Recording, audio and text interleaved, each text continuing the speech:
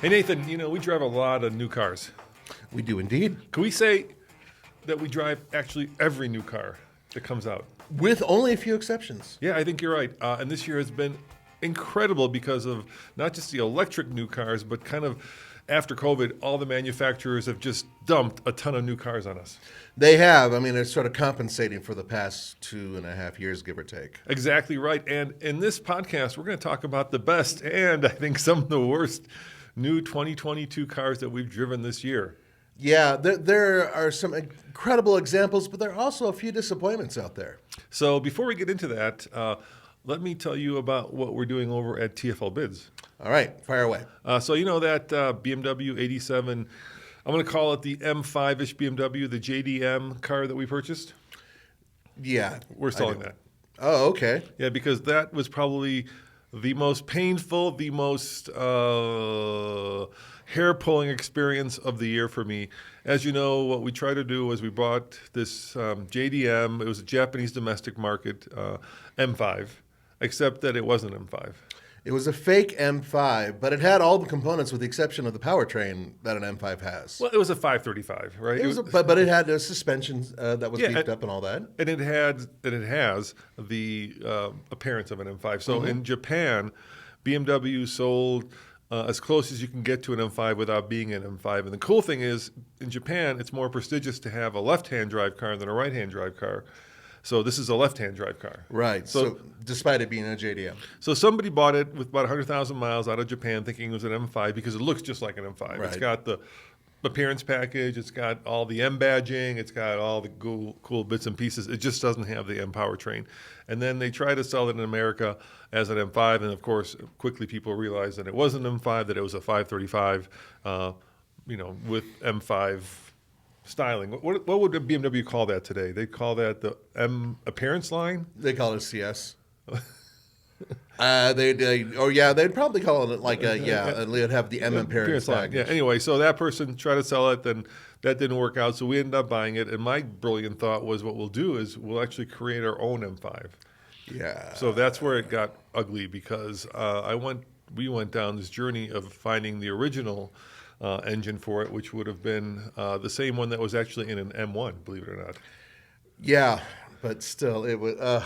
Anyway, so I don't want to. That's a whole podcast in itself. How difficult that was. It's two podcasts in itself. It is. So much. I found the engine that would have been in that car, and then we bought it. I'll tell you one quick story. We found it in San Diego from a BMW shop, the one that would have been in the original M5, right? Right. And not the S38, which would have been in the American version, but the M88, which would have been the higher compression one and the European one. That was the code for it, the M88. And so we bought it for $8,500, and I had the guys go pick it up in San Diego. We drove it to our BMW mechanic, expert mechanic, his whole life here. He looks at the thing, and he goes, "Where are the spark plugs?" And I went, "I don't know. I'm really no spark plugs." And what I didn't understand with that statement, Nathan, was that he understood that the thing had been sitting for the last 25 years next to the ocean in San Diego without spark plugs in it, which meant that salt air got into it. Inside. Exactly. Right. So when he pulled it apart, no surprise, the thing was a rusting hulk. So we spent $8,500 on a boat anchor. Yep. And then that's where the journey began because we basically had to remanufacture this engine because you can't get them, right? It's not like there's another M88 engine sitting out there. Right. They don't exist, right? This is a very rare 30-year-old engine that only went into the European version of the M5, the first generation, as well as the M1, which you remember was like the coolest looking sports car ever built by a German. Which actually was a race car engine that they used in the German Touring Car Championship. Right. So it was a cool engine. So anyway, we had to tear the whole thing apart, and the prices and the money just kept going out the door like it was yesterday until eventually I just said, you know what, I'm going to pull the plug on this.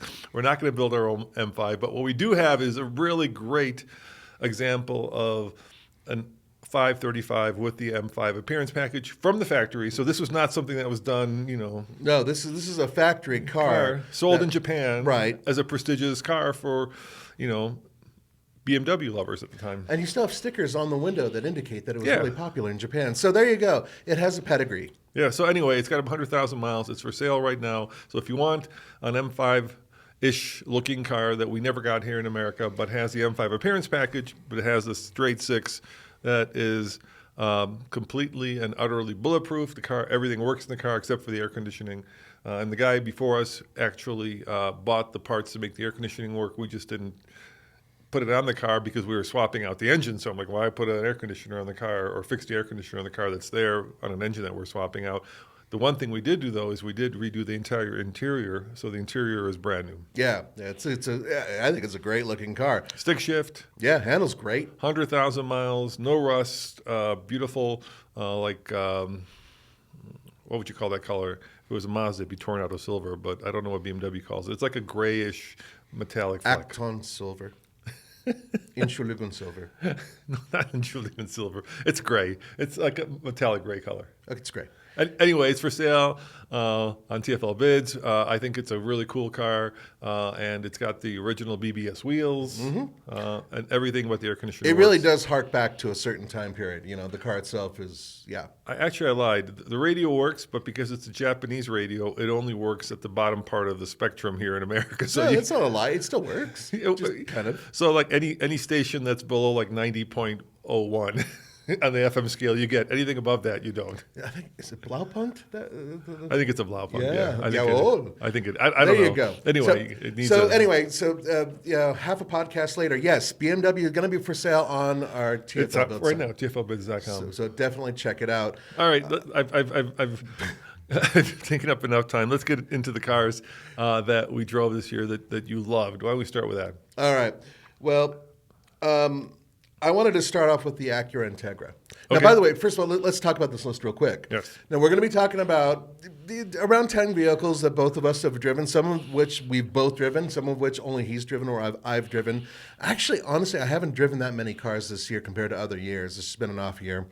But the good news is that we also have cars that we didn't like that we're going to tell you about, and we know that hate sells. So it's going to be coming up after we're done with this top 10. So first of all, I'm going to start with the Acura Integra. It's a great car. So they really did a great job. I know a lot of people are like, it's just a dolled up looking, Honda. Yeah. No, it's better than that. It's really, really good. Great entry-level luxury car, great entry-level luxury sport car, depending on what you want to buy. You can get one with a manual transmission that hauls butt, and it's technically a hatchback, so it has extra utility, comfortable front seats, decent back seats, even for a big fat guy like me. Really just a well-executed car. I feel bad for Acura because they released that ugly-looking yellow image early on, and that just totally got the public on the negative side of it. If you look at it in any other color, in any other light, up close, it looks much better. Well, basically, the rub is it's basically Acura version of Honda's Civic Si. Which is what they've been doing for years. And it's not just the Si, too. But that could be one of the versions you get. That's the point, is that there's higher level versions. Well, it's not the Type R, so it falls in between that Civic and the Type R. So it is like an SI version. It's got a little bit. I think it's got the same horsepower. It's got the same powertrain. The biggest difference, of course, is that the Acura kind of leans more into the luxury world of things, right? So it's more stylish. It's more kind of got more cachet. Whereas the SI leans kind of more into the sporty world of things, right? You only get a manual transmission. You get a manual on the Acura as well. If you get the right version, you get the 6-speed, and you get the semi-active suspension, which is somewhat adjustable, I guess you could say. Not available on the Honda. Plus, you get a much more comfortable, luxurious interior. Basically, everything that the Honda couldn't be, this is. And it's also not a horrible price. I just think it's a wonderful car. All of them, all throughout the line. So that's my favorite. That's the starting at number 10, I guess you could say. Yeah, so we like to do these things in TFL order, which is 10 to number 1. But I was listening to a podcast today, and they did this thing where they tease their favorite car and said, I'll wait till the end, making you try to force you to listen to the end of the podcast. So I'm just going to be my favorite car because it's closest to my memory. It's like one of those bucket list moments. So my favorite car of the year that I got to drive was the new G-Wagon AMG 63 Squared. Oh, I'm so sorry, but you're wrong. But okay, keep going. Tell us why. Because it's my dream car. Yeah. If I had won that $2 billion lottery, this is the car I would have bought. And Mercedes was kind enough to lend it to me to drive from LA to Colorado. I got to take it to Moab, which is on the way. And I'll tell you a funny story about this thing, right? So 577 horsepower, right? It's got like 16 inches of ground clearance. Yeah, it's a beast. Portal axles, right? I think it's the only car you can buy with portal axles from the factory. I don't know of any others. Do you? In the United States, no. And if you're wondering what portal axles are, it's just a way of getting ride height where you take and keep the drive shafts and everything kind of tucked up underneath the car. So normally when you lift the car right, you basically can do it in two ways. You can do a body lift, which is expensive and hard, where you lift the body, or you can do it the typical way like a truck, where you do like a suspension or puck lift, where you just lift the suspension and don't necessarily. Well, what I'm getting at is what you're doing when you lift the suspension, right? You stick a puck underneath between the body and the suspension, right? Mm-hmm. You're changing the angle of the drive shaft, right? So you're making it more severe. You're also messing with the geometry of the way the car was built from the factory. Right. With a portal axle, you're not doing that. The gearing in the portal axle is on the sides as opposed to the center. So basically what you're able to do is you're able to lift up the vehicle because it's tidy underneath, and then all of the gearing, all the stuff that makes those wheels turn at the right speed is on the sides, hence portal, and they hang down, and so you're able to get a lot more ground clearance off of something that doesn't have a pumpkin in the middle. It's much more sophisticated, right? It's something you have to be engineered. So imagine you've got a drive shaft coming out of the diff that goes to the front, right? A differential. You've got it coming out of a low range, coming to the front differential, and you've got two half shafts coming out. And instead of going to the tires, they go to another set of gears that then drop the power down to the wheels. And so that's how you lift a vehicle. It's very expensive. It's got a huge advantage to power. You can also gear it down some more. It's just a really elegant way to lift a vehicle, and that's what the G-Wagon Squared does. And in case you're wondering about there's three G-Wagons, right? There's the G55, the AMG G63, and then there's this one, the Squared. People get this confused with an AMG because it is an AMG, but it's not the 63. And in terms of pricing, an AMG 63 starts about $225,000, the G55 about $150,000, and the Squared starts at $350,000. Right, and you were going to mention the funny story, which you did tell us. Oh, yeah, so here's the funny story. So I'm driving it from L.A., right? And this thing, you literally, and I'm tall-ish, I'm 6'2", and so I can get into You're most 6'3" with the hair. most cars without, this one I actually almost need a ladder for. So I'm driving, and I look down, and there's a guy in a Jeep next to me, right? A Wrangler. Mm-hmm. And he looks up at me, his jaw drops because I'm looking down on him. And then I look and I'm like, hey, his Jeep is muddy, but his muddy Jeep is muddy on the roof, Nathan. I'm looking down on the roof of his Jeep Wrangler and I see the mud on his roof. That's how tall you are in this thing. Yeah. And I'm doing 85, which is the speed limit-ish in Utah, and the thing is fine. 577 horsepower out of a bi-turbo, twin-turbo V8 that just sounds magnificent. All the luxury you'd ever want. The new G-Wagon, of course, is wider than the old one. So the old one was kind of, we had that Squared, right? I ran over you with it. You ran over me with one, yes. Yeah, and you remember how tight that thing was? The two of us would be like... Oh, it was a terrible inside. The interior was horrible. And they fixed all that. And then you've got this vehicle that was built in the same factory, in the Magna factory in Austria, since it was conceived as a military vehicle for the Shah of Iran, which is going back a number of years. So this thing has this kind of iconic pedigree that you can't get. I just love the thing. Everything about it made me smile. It was this beautiful, blue, almost like it was Tiffany blue. Really, it had presence. I will give it that. Yeah. It was an incredible thing. So the funny story that Roman told me, because you totally blew it, is that he was coming out of the garage. That one. When he was leaving LA. Let me you want to tell it? Yeah, okay, you tell it, because that's the better story. So there's a video on this, of course, alltfl.com. So I park it in valet, and they parked it. I said, hey, take care of this. It's the only one in the country, which it may be. And they parked it in the handicap lot. So instead of people talking about the car, it was like, hey, you parked in the handicap lot. I'm like, no, I picked it up in the handicap lot because and it actually wasn't handicapped. It was like the closest space that valet had taken over in the hotel. He means physically disabled. Continue. Anyway, so I pick it up and I'm driving and I'm looking down on Lamborghini Aventadors. I'm looking down on Rolls Royces. I'm looking down on other G-Wagons. I'm looking down on Teslas, right? And I'm like, I am a baller. I've got the biggest, most badass car in LA. Mm-hmm. And so this is the first level, but there were two levels down the parking garage. So I come around a corner, Nathan, and there right in front of me, parked right in front of me, is the only other car that would be more of a baller car than the one that I'm driving. Can you guys guess what that is? I'll give you a hint. It's another Mercedes. Mm-hmm. And 3, 2, 1. Go ahead, tell them. It's the AMG G-Wagon Squared 6x6, which Mercedes built. They made a 6x6 version of the Squared in the last generation, and I only thought they built like a handful of these. I want to say probably a dozen or so, right? Yeah, not many. Yeah, and I only thought that they were sold in the Middle East, right? That they belonged in like some collection of some, some.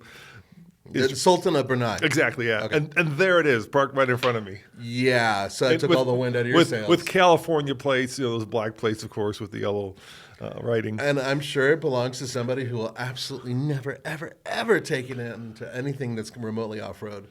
Yeah, it's pretty awesome. Now the good news is, and we gotta go back. Yep. And Roman did take it to Moab, Utah. There's actually a video out there where he submerges this thing in some pretty deep water. And Dude, I put the camera on the door. Now keep in mind the door is at my waist at this point, right? Mm-hmm. And the camera went underwater. Yeah. And I was thinking, I didn't know first of all it was going to be that deep, right? And then when I got into the water, I'm like, I wonder what the water fording depth of this thing is, because you could have easily gotten water into the air intake. There was no snorkel on this. Yeah, I was going to ask. I forgot there wasn't a snorkel. No, so I was like, the second I went in, it kept getting deeper and deeper. I'm like, holy cow. Over $250,000 and no snorkel. Mercedes, you are cheaping out. No, $359,000 as tested and no snorkel. I stopped when I can't say anything higher than $250,000. If it's anything more than that, to me, it just shouldn't exist. Can we continue? Yes, let's continue. All right. So the next one on my list is, and mine is in alphabetical order, the BMW i4 M50, which is their electric all-wheel drive BMW. Roman and I drove this thing. It is magnificent. One of the coolest things about it is the fact that it is built on the same line as the other BMWs. So it has the same underpinnings pretty much, but what they did was they created it to work with batteries and electric motors. So it feels like a BMW when you drive it. It feels like it from the inside, yet you have just a remarkable amount of torque, and it's super drivable. It is one of the best driving EVs out there. I'll just put it out there. It's one of the best driving EVs out there, period. I think it's, since the i8, I think it's the best BMW that they've made that's been electrified. I would agree. Yeah, because it just it has all of the things that you want a BMW to be, which is presence, right? Because it's a very good looking. You wouldn't know it's not a regular BMW. Yeah, you wouldn't know. Yeah, and yeah. then it's incredibly fast. We actually drag raced it against a Model 3 Performance, and the Performance beat it, but not by a lot. No, it was a hair. It was just a small amount. But there's a point here, which is, I honestly don't care, and I haven't cared about straight line speed. I care about drivability. And I would rather drive that BMW all day long. It is a better driving car. It's better put together. It's more comfortable, and it handles better. Period. I agree. I think Great it's a really great car, and I have to say, we're going to have a lot of electric cars on this list. That's because a lot of the new cars are electric. It's not because we're like fans or we have no horse in this race, guys. We really don't. But most of the new vehicles that are coming out now are electric. It's going to be that way for the the future. So it's just statistically, many of these cars on our list are going to be electric. Actually, almost all of the ones I currently have here are not electric. I want to give you mine. It's electric. It's the Rivian R1 S. Okay. So it's the kind of the suburban version. It's the SUV version of the truck. Of the truck, yeah. And I gotta say, I'm not in love with the truck. There's nothing wrong with the truck. We've had it. I love it. Yeah, I don't like the truck, not because I think there's anything wrong with it. I don't like it because I think it's just not a trucky truck. It's a lifestyle vehicle. Okay. So to me, it represents this kind of outdoorsy adventure lifestyle, and I like my trucks to be trucks. Sorry to say you're wrong. It actually because it tows it does an amazing amount. It holds an amazing amount. It does medium off-roading. I wouldn't say super hard off-roading, although between you and I have a feeling it's just as good off-road as the Hummer. And I love the size of it. It's better off-road than the Hummer. Well, it's better, so no doubt. My Suzuki Samurai is better off-road but I like my trucks, dude, to be like triple X over the top, So if I'm gonna have a truck, I want it to be the Hummer EV. If I'm gonna have a heavy duty truck, I want it to be like the biggest, baddest Cummins out there. Yeah. You see what I'm saying? I want it to have the most capability. I want it to have and this thing, like I said, I think the people who are buying it are not your traditional truck people. I think they're people who are coming out of, let's say, I don't know, station wagons or SUVs or crossovers. Yeah. Seriously. He was born in the 50s. No. Look, I get where you're going with this. But what makes the S so much better than the T? Just because it's not pretending to be a truck. You see what I'm saying? It doesn't have a bed. Oh, them fighting words for some Rivian folk. But it still has the same capacity and capability, essentially. Yeah, It's just a little bit that was harsh. smaller. I mean, the truck is a truck. I shouldn't say pretending, but it doesn't. To me, somehow, an adventure vehicle is better at being an adventure vehicle if you could have 3 rows of seats, and if you can make them flat, and if you can sleep inside the thing, as opposed to having a bed where then you have to go build something out and make it into an adventure vehicle. Okay, the bed. Right? To me, a bed means you're going to be like hauling and towing and not going exploring the Alaskan wilderness. So you want my next one? No, let me finish one more thing. Okay, one more thing. The one thing I have against both of them, though, that I don't like is, they copied Tesla in terms of getting rid of all of their buttons. And I am so done with that, Nathan. I am so done with having everything in the screen. It doesn't work, guys. If you're a manufacturer, I get it. It's cheaper. You don't have to have any buttons to manufacture. You don't have to have multiple controls. You can just do it all with software. But it's just a massive pain in the ass. And I'm not even going to use the excuse that if you have it, you get used to it. Because oftentimes what ends up happening is you're trying to do 2 things that normally you could do if you had like your HVAC controls. Like you could probably adjust your volume and change your temperature control. But if it's all in one screen, that is not doable. And I'll give you a good example of that. When I had the R1 ST, I needed to adjust the seats, and my home is about 10 minutes from the office. It took me 10 minutes to figure out how to do that. Normally, you just reach to your left underneath the seat, you know what I mean? You slide it forward, you slide it backwards, you flip the seat, up or down. It's in those little rotary knobs, and I could not figure out how to do that until I got home. It was so frustrating. Why, just don't make things more complicated. Make them simple. Yeah, I would agree with that. Hard buttons, especially with certain things like seat control and heating, air conditioning, that is just normal for a lot of people to deal with. And I know a lot of you guys are going to argue, oh, no, I got used to mine in 8 seconds.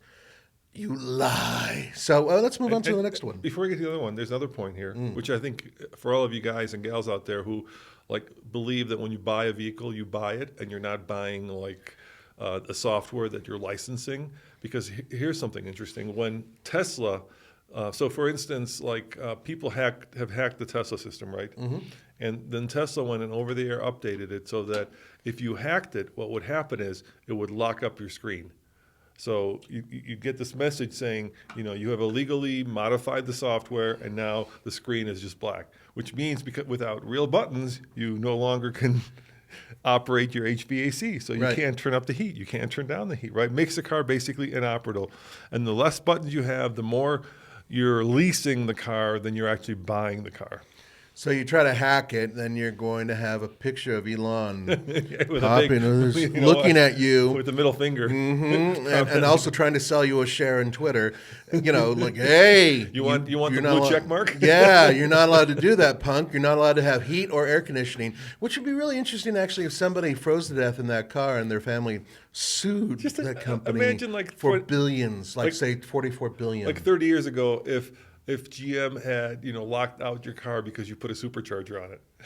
Yeah, but see, then there's the other thing, though, that there's liability. And I understand actually why Tesla and some other companies are doing that, because you start hacking into a car that is all electric, that lives a digital life. Same problem with a supercharger, liability. You could blow up the engine, you could start it on fire. No, but there's more to it than that, I think. It's more than just the powertrain. There's certain safety devices you might deactivate and stuff like that. How many guys you think started their car on fire by getting the wiring wrong or getting the fuel wrong in a supercharger?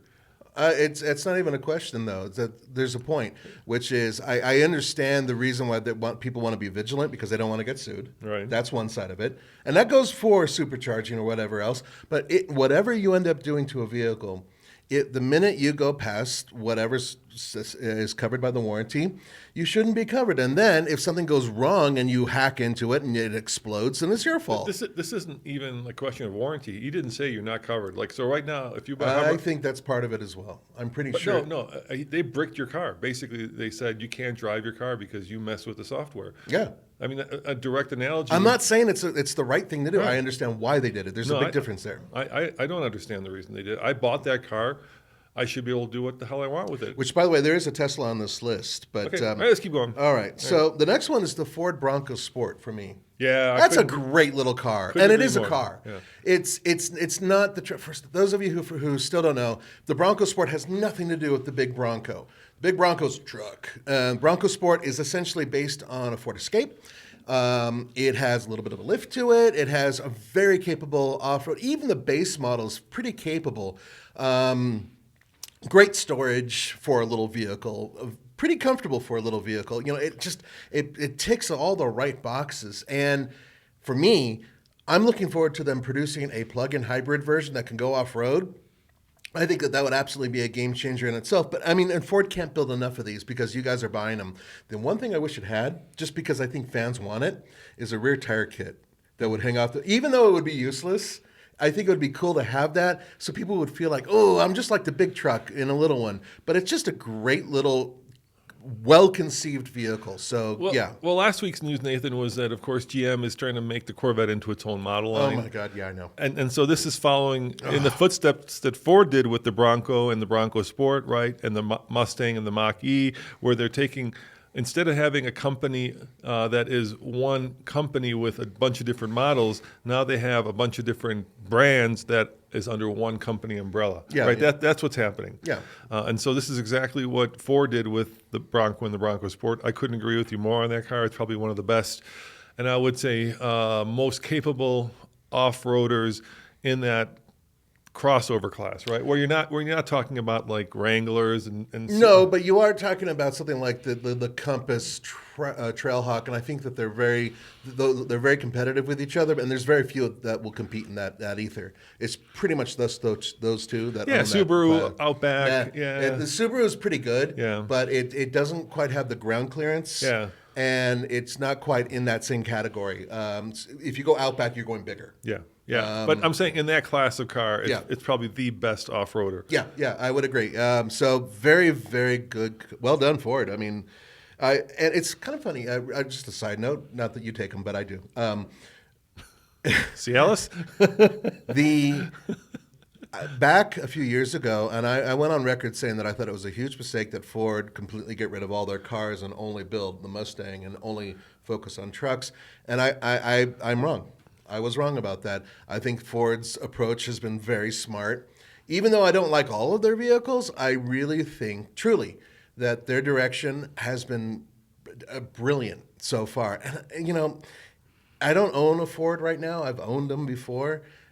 I will say that I think that this trajectory has shown logic, and they're a lot more transparent about what their ideological standpoint is with their vehicles than, say, General Motors, where even though they kept saying, yeah, we're going to build nothing but electric cars, and then they're like, oh, well, maybe we'll back off. Oh, no, we're going to go forward. And they have not been very good at communicating with people out there. Same could be said about Toyota, by the way. People, regular folk, want to know what's going on. And really, only a few car companies are really showing the way of, like, this is what we're doing for the future. We're not screwing around. This is what we're going to build. Expect more trucks. So there it is. Okay, that was my little soapbox. All right, let me give you one that I drove that I wasn't supposed to drive because I drove it early. Oh, yeah? And I don't know if people have driven it yet, so I'm not going to go into the details, but I'm going to say it's one of the, I think I can say this is one of the best cars I've driven this year, and that is, you and I, of course, just drove the Ioniq 5 across country. Yeah, it was great. I actually got to drive the Ioniq 6. Oh, damn you. In Korea. Hajima. And it's kind of a sportier, more efficient, more streamlined version of, so it's built on the same chassis, so it's got the same wheelbase, same battery, same powertrain. Same powertrain, but they've done a bunch of tweaking to the software and to some of the motors to make it more efficient. So so it gets better range. It gets a little bit more power, I believe, and it's just a sexier and more sleek-lined and more sporty version of the Ioniq 5. The Ioniq 5 is kind of like more of a crossover-y kind of. No, it's like a sports wagon awesomeness that's from the 80s or 90s. And this Ioniq 6 that you're talking about is a teardrop shape airflow from the 1930s. So your childhood has come back. It's great. But the point is that you got a chance. We can't go into details, but you had to sample it. And so you think it's you can at least say promising vehicle on this list. Yeah, and I don't think there's been a drive program yet for it, so I don't want to like get too into details, but it's a great vehicle. So Okay. all right, keep going. Let's keep on going. Which my next one is the Honda Civic. Okay. I think for that class of car, once again, I'm going back to what I was saying about the Integra. I just think Honda's really hit it out of the park. No, I don't like CVTs, but Honda seems to do it right. They seem to have a better experience with them and less warranty issues than certain other vehicles, Nissan. And so the important point for me, at least with the Civic, is that it's roomier, it's more capable. I love the SI version of it. I think altogether, just a really well put together car that gives you a lot of car for the money. Really well done. I have almost nothing negative to say about it. It's just, I think it's that good. Yeah, I agree. It's Civic. I would say the styling, Honda seems to oscillate between like going boyhood racer and then making it too like mature. I think they need to find the sweet spot. I don't think this has that sweet spot. I think it's gotten too boring in some ways from a styling perspective, but the interior is absolutely gorgeous. I love the interior. I love the driving dynamics. My only fault with that car would be, like I say, I think it's a little too now adult. So we went from kind of, like with the last generation, there were like a lot of angles and intersecting lines, and it just was too much. Now it's gone a little too softy. Okay. All right, so can I do my next one? Yes, absolutely. GR Corolla. Now, you didn't get to drive that. It was me and Tommy on the program. Yes. So this is Toyota's new hot hatch, 300 horsepower out of a 3-cylinder, Nathan. Can you believe that? 6-speed manual transmission. Yeah, it's like a WRX/STI But better. /Golf R/ Type R. Better fighter. than all of them, from what I understand. I think it's better than all of them. Well, you're not the only one. I've heard from almost everybody I know in this segment that works with us, including Motoman and those people who are really critical on those cars. They absolutely love this thing. Yeah, I got to take it on the track. It's a throwback car to when there was magic in the hot hatch segment, right? Which is gone. Let's face it, the Golf R has gotten. This latest generation has gone kind of off the deep end and has gotten weird with their internal controls, and the chassis dynamics aren't what it used to be. I haven't driven the Type R yet. Yeah. Paul drove it. He liked it. Yeah. But, for Colorado, I want all-wheel drive. So to me, that's not on my list because in the winter it becomes almost undrivable, especially in the snow. So here we have a Corolla that is, ultimately useful, right? So you've got this huge dollop of utility where you could put you, your wife, your dog, your kids in the thing. And then, it's not like overly, I would say, sophisticated or bougie. It's just very simple and straightforward. Traditional controls, traditional, manual transmission, and then all-wheel drive and 300 horsepower and just puts a huge smile on your face. And you're able to actually modulate the power and move it around in terms of where it's delivered. This car actually doesn't treat the driver like an idiot. This is really important to me. Certain older vehicles, including the older Subaru WRX, used to give you a lot of control in terms of where you were pushing that power in the vehicle. Toyota gives you some of that. On top of that, they're putting it together in a package that I think is really cool looking. It harks back to the old school boy racer hot hatches without having to do anything stupid like overdo the stance or put giant wings on there. Everything on there is pretty much functional. And this shows that Toyota still has the brio. They have the lead in the pencil. They have cojones. And I'm looking forward to one day being allowed to drive one of these. So we'll see in the future if that happens. There were 3 cars that we got to drive. They were all exceptional because obviously everything's going electric. So if you still love traditional sports cars, there was a manual transmission Supra, which just came out, which is also phenomenal. And then, of course, the GR86, which is, once again, another throwback car, lightweight, front engine. Rear drive has a Subaru engine in it. Now it's got more torque than before, which was one of the biggest problems with, obviously, the BRZ and the GR86. So all 3 of those cars are incredible. I actually had a big jonesing for that manual transmission Supra. I think that's another car that, like, 20 years from now is going to be like, the Mark IV generation of the Supra, where people are going to be like, hey, we should have bought that thing. But, yeah, I'd go for the GR Corolla all day long. The next one, if you go with me moving on, is the one that's pictured here. For those of you who are not able to watch, you're listening to our podcast, by the way, thank you. It is a image of the brand new Jeep Grand Cherokee. And I struggled with this one for a little bit because I do not like the extended length version of this one because it looks terrible to me. It's just a dreadful looking why'd vehicle. you pick it?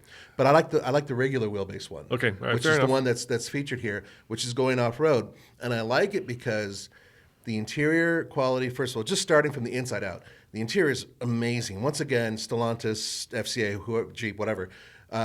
Knocked it out of the park with building, even on their lower end ones, an absolutely fantastic interior, comfortable seats, well laid out, well thought out. And then the exterior, I don't love the design from the side. I think it's okay, but at least it's better than the lengthy one. I like the front end of it a lot, and I especially like it when I've been seeing some people like doing some upgrades to the tire and wheel combos, although you can't do much. That's the other thing. The way the front end architecture is set up, you can only do so much with tires and wheels and suspension. But I drove one of these. I drove the 4xe version, and it was fantastic. Fuel efficient, very powerful, and off-road capable in a comfortable vehicle. I just think it's an excellent combination. I only wish it was less expensive. So my only criticism of that, and I agree, it's a wonderful vehicle. The 4xe is, selling like hotcakes because I think and rightfully so. With the Wrangler and the Grand Cherokee 4xe, hit it right in the sweet spot, right, where people who aren't ready for electric, which is most of us, right, can get the benefits of an electric vehicle. Basically, you can drive that thing anywhere from like 25 to 30 miles. 30 miles, I think it is. Yeah, so you could drive it to work, plug it in, drive it home, never use a drop of gas. Well, not really. It goes through cycles where it'll cycle a little bit of the gas engine. You could put it so that it only uses electricity. But it's still no. But if you, I talked to the engineers about this. Okay. So you could drive this thing every single day in electric mode, which you could if you lived in my neighborhood and drove. Oh, I see what you're saying. Yeah. But eventually, what it'll have to do is the engine will actually go through a cycle. Because you'll you have to cycle the fluids. But in reality, in theory, if you had a full tank of gas in February, the next year you could still be on that same tank of gas. A full tank of varnish. Full tank of varnish. I think that's why it cycles. Yeah. Well, anyway, the point is that I think it's just a really well thought out vehicle. There's a lot going for it, and I think that we're going to be seeing a lot of 4xe products coming in the very near future. This kind of goes to another argument. I really do want to do a podcast on this. Why are so many people so anxious to leapfrog these fantastic plug-in hybrids that are coming out now and going straight to electric cars? Personally speaking, I want to see what the numbers in terms of how much carbon these vehicles are putting out compared to, say, an electric vehicle, a regular one. And I'm curious. No, but my point is that I truly think that a lot of car companies out there are just hitting this amazing zone now. The downside is you're driving a vehicle with two powertrains. So but they've already proven Toyota has some of the most robust systems out there. These plug-in hybrids, essentially the same thing as bigger batteries, they are proven to be really, really long-lived. I'm not saying that. I'm just saying you're driving something that's heavy for the sake of having two powertrains, which isn't grand for performance. But I agree, it's where most of the country I think is at right now. I think most people can ease their way into electrification. The other good thing until they passed into legislation was you can get full credit with that, so you can get your $7,500 federal rebate. It's battery size that actually that dictates. Right. That. Yeah. Right. And then local incentives applied as well. So people are just buying these and flipping them to take the tax credit. I understand that, but it's hopefully the cooler heads will prevail in the future and we'll figure this out. So I just think it's a fantastic vehicle. Let me give you my only criticism of that. And I was just talking on a podcast. I was just on a podcast with, or I don't know what they call it. It's Motorline After Hours. So it's their live show that they do with Jim Morrison. Oh, well, Jim. Yeah, Jim's so the man. Jim is the head of Jeep. I don't think he's a CEO. I think he's got another title. But anyway, he's a big cheese there. And so I asked him, Jim, why do you have, and this is what they have now, right? They have a Grand Cherokee L. Okay, I get that. So you have a two-row and a three-row. But then just right on top of it, and maybe probably going into its pricing a little bit, is the Wagoneer and the Wagoneer L. That's what confuses me too. And then right on top of that is the Grand Wagoneer and the Grand Wagoneer L. 6 different models, basically that sit in the kind of the same space. And I'm sure that the Grand Cherokee starts like at 55 or so, and you could probably top a Grand Wagoneer out above 110, 120. I'd say about 125 at this But point. but still, I mean, they're very similar cars. And they look a little too similar. And they look a lot, yeah. That's one of my issues, and I got to talk to Ralph about that. Ralph, you owe me a cigar. Ralph we're gonna Shields? sit, because we're gonna sit down. We're gonna talk about this, bro. Seriously, the thing is that they're really well made. They're really good, but the visuals on all of them, you kind of sit next when they're sitting next to each other. You have to kind of squint and go, okay, that's that one, and that's the one. They yes, and here's the other part. They don't want the Grand Wagoneer to be called a Jeep. Yeah, it's its own brand. Stop that marketing. Stop it. Well, that's like Ford with the Bronco and Bronco Sport. Phooey. It's going to get confusing. Just call it a Jeep. Come on, save us. And Jeep has such a strong brand identity. Why would you want to, knock? We already know they're too expensive. Don't run away from it. Yeah, just embrace it. Lean into it. All right, so my next car, I just drove this to Moab with Andre, and I really liked it. It's the new TRD Pro Sequoia. And here's something interesting. Yeah. So apparently the only reason, because Sequoia wasn't selling that well, right? So it's a 3-row big SUV that for a while there was kind of the talk of the town. And then obviously it got kind of old and it got kind of... partially hand-built, by the way, for a while. Yeah, but that's what made it expensive. Well, that so one of the unique things about the Sequoia was that it had independent rear suspension. Mm-hmm. And the way they saved it is, what do you think they did with it? Well, I already know what they did. They went back to basically building it on the Tundra chassis. So now it's got... But that's how they solid saved axle, it. yeah. Right. They saved it because Mike Swears basically went to Toyota, all right? Who's the chief engineer? Good guy, by the way. And he said, I want to build a Tundra wagon. And what he wanted to do was to save money, because they wanted to kill the Sequoia completely. They were done. They weren't selling. So he said, I will take the Tundra, and most of the components that go underneath the Tundra, I will put inside the Sequoia. And I think that he succeeded, but there's a lot of caveats that go along with that. So now continue. The caveat is that the back seat space has been compromised because of two reasons. Now that you've got a full non-independent suspension back there, a solid axle, it takes up space. And the one that we had has a battery that's back there. So there's not a lot of leg room. You're kind of sit in the second row with your legs up pretty high. And then if you go in the back row, your knees are in your face in the third row. Poor Cole. He's our new camera guy. He's a fantastic kid. And he's amongst us. He's one of the smallest. What do we say? He's about like 5'8". Yeah, he just didn't fit. He's like, "Go on back there, kid," and he just, was practically in a yoga position to get back there. I think that looks-wise, the Sequoia hits it out of the park. I love the way it looks. I think it's way better looking than the Tundra. My personal thing.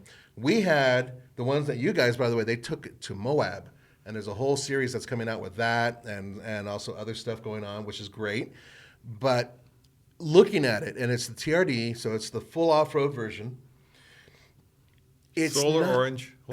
Fantastic looking orange. Hey, let me show you this. You guys won't be able to see this, but Nathan will see this. This is the best picture I've taken of the year. I took a picture of it up at Hurrah Pass. Mm-hmm. I think this is like a professional cover shot. What do you think? Well, I'm going to describe it to that's a really good shot. You managed to not do it with shadows, which is something a lot of our... it's... So there you go. You can't see a damn thing. And speaking of that, people have suggested that we swap out the pictures back here. Mm-hmm. And yes, we should do that. Definitely should do that. But once again, more production. So the only reason we can actually do this podcast is because of our Patreon supporters, right? This does not make a lot of money. We're trying to get it to monetize. So we are putting in annoying ads. We apologize for that. But if you guys want more production... We need a bigger budget. So we got to pay people to do stuff like that. There's nobody on a soundboard or hanging out with us. Yeah, it's just me and Nathan in this room, basically. Right. So, and if you want me to on this computer, shift the pictures behind us. You don't want him to do that. You do, because there are some fantastic adult sites I want to show you. He will. And I'll do it. And it's, so it's pretty nasty stuff. That's diapered and dominated. That's not a Sequoia. No, they use motor oil now and chains. So let's move on. I agree with you on the Sequoia. Looks-wise, I like the way the interior looks, too. It's not the most comfortable vehicle out there. And also, for those of you who are serious about off-roading, its ground clearance isn't great. No, it's like a Subaru. It's a little higher than a Subaru, but not much. And so you have to keep those things in mind. But for blasting down dirt roads and switchbacks, Andre was breaking limits, not only in the United States, but most countries in terms of what he was doing off-road. He thought he was in Dakar. You thought he was Ivan. Iron Man Stewart, yeah. And Andre doesn't speed that often. So we're going up Harad Pass, right? Yeah. This is now, last week in Moab, December. No one is in Moab. Finally, no one's there.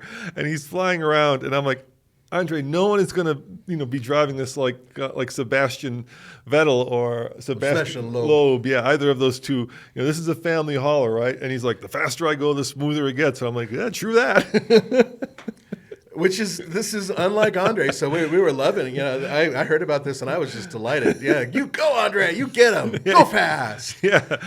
And no sequoias overheard in the making of the video. And those are coming, by the way. We still have to edit those videos. So we did really good power, by the way. We did a comparison. So we road tripped the Hummer EV versus the Sequoia. I know they don't compete. Even though, dude, the one that we got, how much did it cost? How much Over was 80. it? 80,000. Yeah, 80,000 out the door for the Sequoia CRD Pro. Yeah, and then the Hummer, whatever. Yeah, the Hummer's more. But anyway, we wanted to do a video comparing what it's like to road trip a gas car to an electric car. And you know what happened, Nathan? I drove it which is pretty far. So from here to Moab, 360 miles and back without paying a penny, dude. It didn't cost me a penny. Every station I went to was complimentary. Every charging station, I was even the one where I didn't need to charge it, it was still complimentary. Yeah, that's those days are going to be over. Don't expect them to last. Okay, so don't go out there with TFL said it would be free. 10 years from now, I'll be like, remember Nathan? It's $20 for me just to stand here and look at it. Okay, so idling fees. Remember when there were no idling fees? Now, because we're going back and forth, because we've blown through some time, I'm doing 5 on my side. He'll do 5 on his side, and then we'll talk. So the last one on my list is another Mercedes. Okay, and I'm not that big of a fan of Mercedes personally because you guys know I'm a cheapskate, and so I could never even envision owning one. But this Mercedes-Benz GLS that we had, that white one, the big SUV, big SUV crossover, was extraordinary. It was fantastic. Not only that, but our friend Motoman actually got that about a month after we had it and drove that around the city while he was filming in town. This is a while ago. And the performance, fuel economy, surprisingly, and overall build quality of this thing was just exceptional. It was the best Mercedes that I had driven. If I had, what was that thing, about 75 for that one? Oh, God, no, that was more. Was that the more? The GLS would be more, yeah. That's probably starting at 75. Was it start? Okay. Yeah, so probably more like 100. So if I had stupid money and I wanted to buy a vehicle that didn't make any sense for my lifestyle, that would be one of the ones I would consider. Was it an AMG? No, it wasn't. Oh. It had the AMG trim. Appearance package. Okay. Right, so I think it had the nice wheels and a couple of things, but it had the... I remember it, yeah. Yeah, the hybrid powertrain. It's a fantastic powertrain. Really, really, just the architecture, everything about it was great. Honestly, it was the best Mercedes I've driven in years. We may have to, because we try to keep this to an hour, so maybe we have to do this part 2 of this. So I'll give you my favorite, the one that I really enjoyed the most, outside of the G-Wagon. Number 2, if we're going down, would be number 2, the new Z. Oh, the new Z is great, I hear. Yeah, the new Z. I'm a Z guy. My family has owned Zs. And it's nice that Z has its mojo back, right? So, twin turbo V6. I drove the blue one. It was, for the how do I put it? The amount of money they spent on it, because they didn't have a big budget. The interior is still very similar to the old. It's similar, but I still think it's a great car, and it has magic. Yeah, it has magic. Even though it's probably not the fastest car out there, I just really do enjoy just the feel of it. Sometimes, you don't need to spend a lot of money to get some magic, because the chassis is very similar to the 370, but the styling is so much better. The power, let's be real here. They said they improved the chassis, but what they did was give it fatter and wider tires.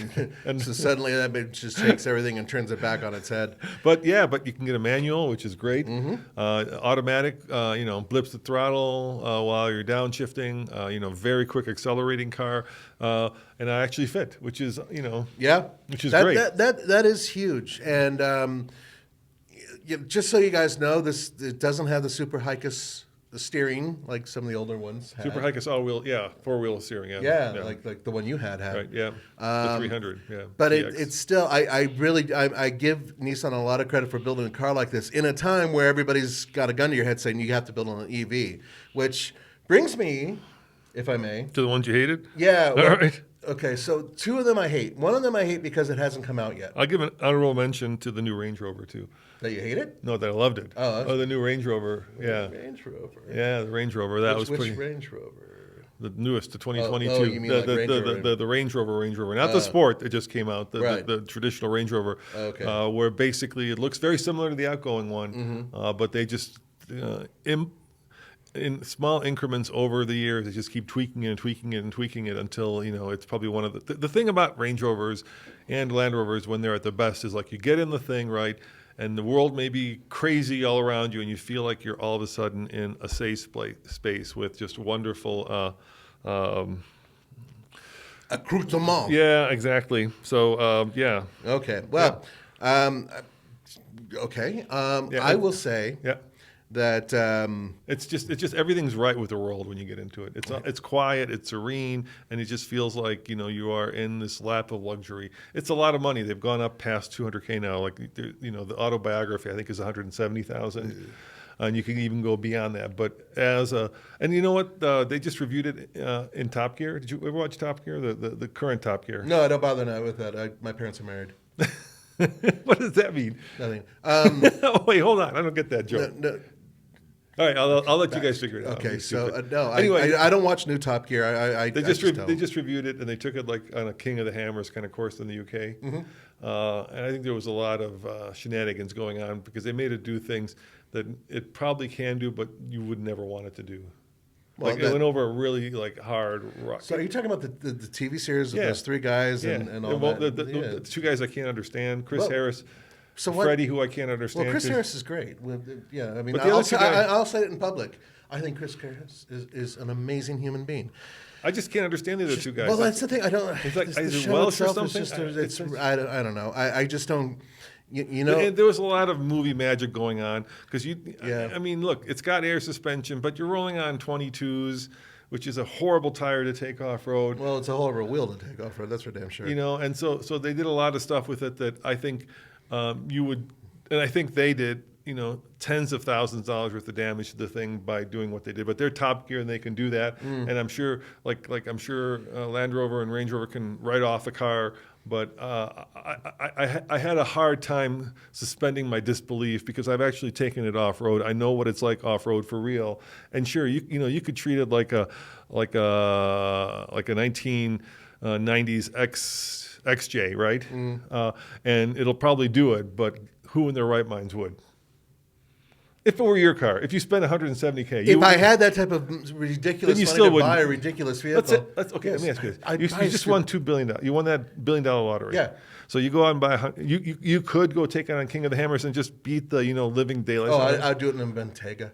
Wow. Okay. Huh? Yeah, just to make a point. I couldn't. I could. I have all my toys from when I was a kid. Yeah, I would beat the crap out of it because I could, and because I'd like to show everybody. You see, Lovey, you can take this off road.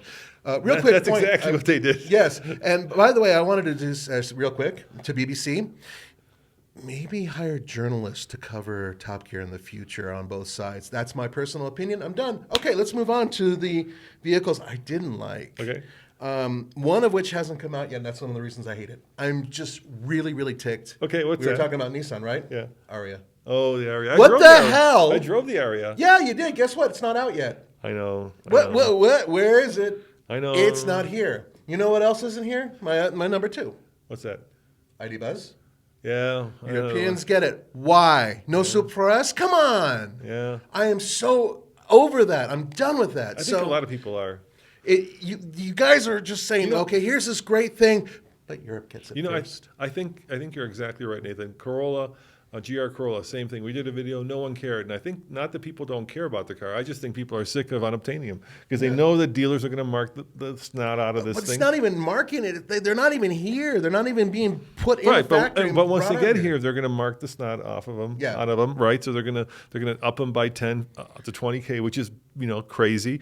And people are sick of having dreams that can never be fulfilled because of greed or supply chain or COVID or chip shortage, you name it. People are just done with it. Like Yeah. if I can't buy it, why even dream about it? It's like like window shopping, but the stuff in the window you could never buy because the store's never open. I would agree with that, but I'll go a step further. A lot of automakers out there are promising vehicles that they're not producing. And with Nissan, the Ariya, when they first came out with the concept idea and everything else years ago, they made it seem like it was going to happen pretty damn soon. And now you've got all these other automakers who are producing vehicles. Nissan, who was leading at one point, leading the fight to produce an EV that everybody could drive. Here they have their all-wheel drive EV finally, and we still don't have it on the roads. It's inexcusable for the amount of time it's taken. We should at least have examples out there so that the regular human beings out there who want to buy one can actually at least test them. Come on. So, and then Volkswagen, inexcusable with the ID Buzz. Well, the Ariya is going to be one of those cars where when it does finally come out, it's going to be like one version or one generation old when it comes out. Already is. Yeah, exactly. It's already one generation behind the newest crop. I mean, you hold that thing up to an Ioniq 5 or an Ioniq 6, right? And it's just going to look like the iPhone 10. And then less expensive because speaking of Volkswagen, Volkswagen has the ID.4 all-wheel drive. Not the best of all the EVs out there, but one of the least expensive all-wheel drive EVs you can buy.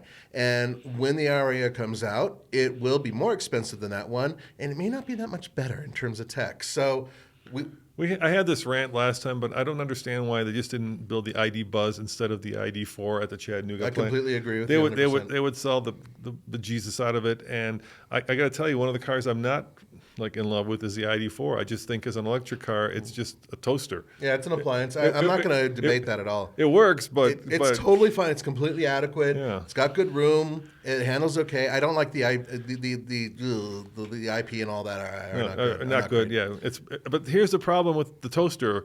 Once upon a time, there was a generation of people that me and you grew up with who wanted Camrys and Accords because they were just reliable transportation, right? And they didn't care. They didn't care about what it said about them. They didn't care about what the car did or didn't do. As long as it got them to work reliably, that was enough. Those days are over, dude. People today are very picky about the vehicle and what it says about them. That world of people who just don't care is getting smaller and smaller and smaller. And so when you're starting to build toasters, it's going to be harder and harder to sell those toasters as opposed to like the really cool cappuccino maker, which is the ID Buzz, which you're not giving to us, but only to the Europeans. I also hate as just an American being treated like a second-class citizen because we have a much bigger market here than they have in Germany, in Norway, and wherever you sell them. And yet, why would you not sell them in the world's biggest market, but yet sell them in? It doesn't make any sense. It makes no sense. And it's like very Eurocentric. Yeah, and I just think that Volkswagen's not the only one who does this, but we're picking on them specifically because we know for a fact that Europeans are right now driving around in ID Buzzes and different versions that we won't even be getting here, including a cargo version, which you made a panel van version of that with the smaller performance package, and you would sell the crap out of those things. And you know what else is happening, which is also a bad trend right now? Mercedes announced, I think it was last week, that they're going to start charging $1,200 a year to increase performance on their EQ electric vehicles. So if you want, to go from 0 to 60 in a half a second more, you're going to have to pay $1,200 a year. BMW did the same thing for heated seats in China, right? I think that's just incredibly devaluing to a brand. I know that that's where the world is heading, Netflix and all, but still, as a premium luxury car maker, you start nickeling and diming people, it just really says the bad and the wrong thing about your brand. It says hey, we are the Mercedes dollar store of the world. Pick one. Just pick one. Yeah, and what's going to happen is you're going to have a competitor, let's say Genesis or one of the other competitors out there who's like, oh, we don't charge for that. Yeah. Come and take our car. Yeah, and they're going to take market share. Oh, they're going to absolutely own it. And then people are going to be wondering, well, when we hired that kid who told us to do that, he promised us that we'd make a lot of money, and we did. And then it stopped. What happened? Well, guess what happened? People got wise and figured out, hey, it's no fun to be nickel and dimed, even if your clientele is financially well placed in the world. They do not want to pay extra money for something that the car should come with. Come on. Okay, that's enough for the ranting. I think we're good. So, what do you guys think? Put it in the comments below. Was Roman wrong or was I right about some of those cars? I think that we all know. And more importantly, what do you think should be added to this list? What have you driven this year that has been exciting and perhaps really spoke to you, or something you really disliked? Let us know in the comments below. Yeah, we're lucky that, if we dislike it, we get to watch it leave the office a week later. Yeah. Unlucky if we like it, we get to watch it leave the office Yeah, as well. I do hate watching cars leave. There's been a lot of cars that I like. You have a burning hatred of the Hummer EV. I can't stand it. Why? Why I is hate it? it. What? I hate You're doing it. Let's do a little. We'll do later this week. We're going to do the top 10 trucks that we loved and hated. Oh, that's going to be drove. on number one on my list. So give us a little preview of the burning hatred of the Hummer EV that you have.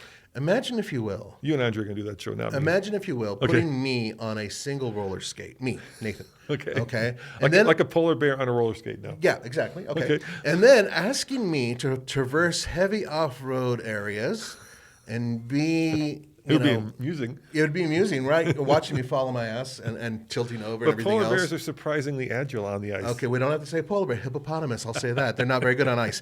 The point is that I find that everything about the Hummer that's supposed to make it polar special. bear because it's white. Yes, it is white. The Hummer EV is not a brilliant off-roader. It weighs over 9,000 pounds. All that weight. 9,400. We waited with the spare tire. So that much weight off-road in almost any environment, plus its overall girth, is completely What's wrong with unnecessary. girth? You can't go down a trail.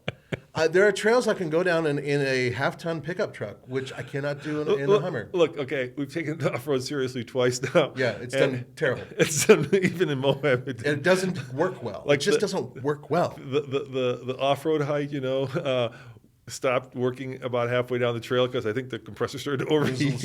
I know, because it didn't lift all that weight. And then its locking system wasn't working. And the front locker only worked half the time. Don't know why. Couldn't figure it out. Andre was like, "Did you hold the button down?" I'm like, "I held it down for like 20 minutes. I was punching it. I was holding it." We don't want to blow everything that's coming up in this next video that you guys are going to watch with it going off road. To me, what's important is that a vehicle, if you build it for a certain segment, and if it doesn't do well in that segment, then it's done poorly. All right, let me defend the Hummer, okay? Defending. Okay, because I love that truck. All right? It's one of my favorite trucks we've ever had. Yes. And that's because it makes no sense. Once again, it's not good off-road. Sorry, Al. That's the chief engineer. I know you said the dinosaurs, what was it, that raptors would be extinct. They're not. I come to the conclusion that they developed it in record time, and I think it's a little half-baked for what it is on the trail. But having said that, as an on-road truck, it's brilliant, and I'll give you 3 reasons why. Okay. As an on-road truck. On-road. All right. First and foremost, it's got this massive battery, so unlike the Lightning, it actually will go 350 miles on a charge, which is huge for. Yeah. But that's because of this massive battery. The battery's huge. But the range is there. All right. Number 2, I was driving it around yesterday. I never got so many thumbs up. People just, people are like, wow, because it's rare. Yeah, you're thinking thumb, but it's middle finger. You're No. You're in Boulder, dude. They're giving you the middle finger. No. A cyclist, like this little thin cyclist stopped me, right? And he's like, "Oh my God, I've never seen one of these. Tell me about it." This is like a typical Boulderite, right? Yeah, and then when he pulled away, he spit on the face. He did that. He loved it. He was like, "I love this thing. We bought a Model Y. I wish we could afford this. It was just hilarious." So I think people do connect with it. I honestly, it does have a street presence, and a lot of people do like it. And then I drove it home in a snowstorm, right? And it's really good in the snow. Okay. So it is good if you're, meet inclement weather. Just don't take it off-road and you'll be fine. Most people won't take it off-road. Let's face it. Maybe GM was like, we got to develop this thing in half the time, so we'll make it off-roady and we'll do some testing. But like I say, on-road, it's great. Off-road, it shows its weight very quickly. I am very curious to see what Jeep does when their Recon, I think is what they call it, when that comes out. People seem super excited for an all-electric Wrangler, Nathan. Well, that's essentially the Recon is going to be the first step in that direction. Then the Wrangler, I think, comes after that. But we'll see. We'll see. Anyway, that's a preview of Nathan's and Andre's Talking Truck Show, which is coming later this week. So you guys go at it. And I just wanted to give my 2 cents on the Hummer EV because I do love that truck on road. Okay, there you have it, folks. Once again, let us know in the comments below how wrong Roman is, and we'll see you next time. Ciao.